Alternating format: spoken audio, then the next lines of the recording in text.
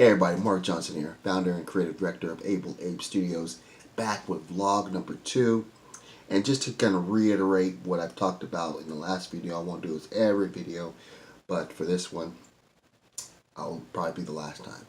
But I'm using this as an opportunity to document my process in the sense that I'm trying to make 2019 be the year, be that the real start. You know what I'm saying? I've been doing this for a while, so I wouldn't say this is where I'm starting, but this is where I'm at, and I'm trying to document the process and help my YouTube channel be my accountability partner in some ways, if you want to look at it that way.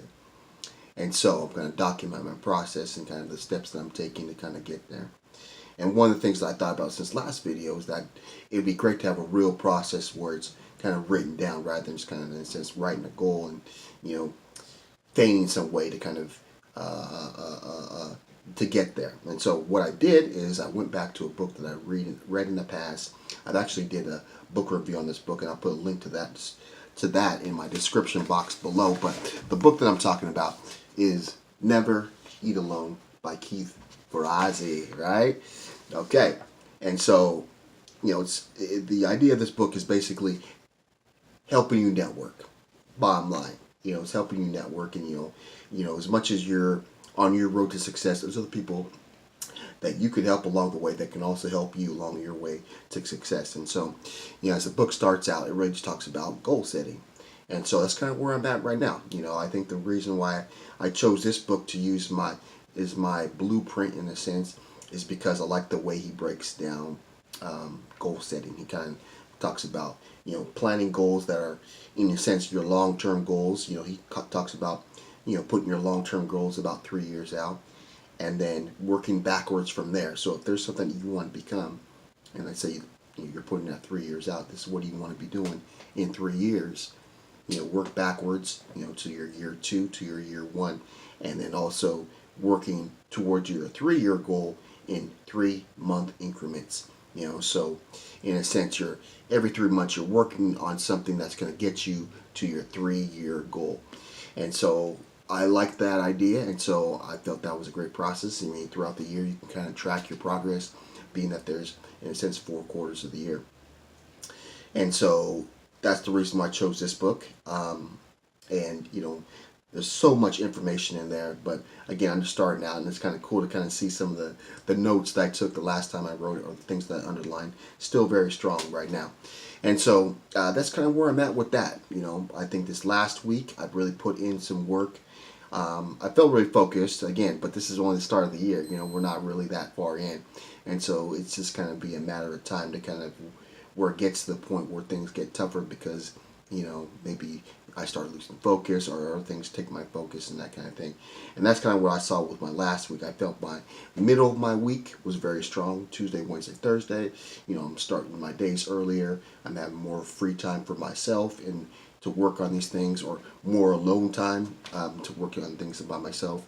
And so I was getting a lot done. By the end of the week, come Friday, Saturday, things are a little bit different. It's the weekend. Things kind of, take my attention, that kind of thing. So I want to be able to be mindful of that and kind of keep that in mind and work against that, or try to defeat that situation if it comes along this current week.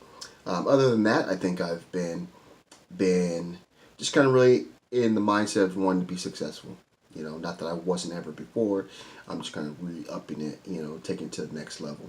I think another thing that's been, on my mind is that I've had a friend, or more of an acquaintance that I've known over some years.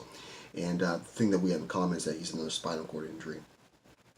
And I found out he passed away. And that was kind of a shock, I wasn't necessarily deeply in touch with him, but we would see each other throughout the community. He was very involved in social work and community things that were, matters that dealt with, like housing situations for either the homeless or for people who were less fortunate. So he wanted to bring a community, or small housing community, to the area, and was very vocal about that. And I kind of learned more from other people about what he was doing in the community when I heard this. But then when I heard that he passed, that was tough. Spinal cord injury. Kind of lightly knew him, but then I think as I delved deeper to kind of find out what he was going through at the time. Was he sick, or was he was it an accident kind of a situation? I found out he killed himself, and that made me think even deeper because for as much as I knew him, I always thought he was kind of he had shit together. As much as we had the same thing in common with the spinal cord injury, and then there's things that we deal with that make shit tough.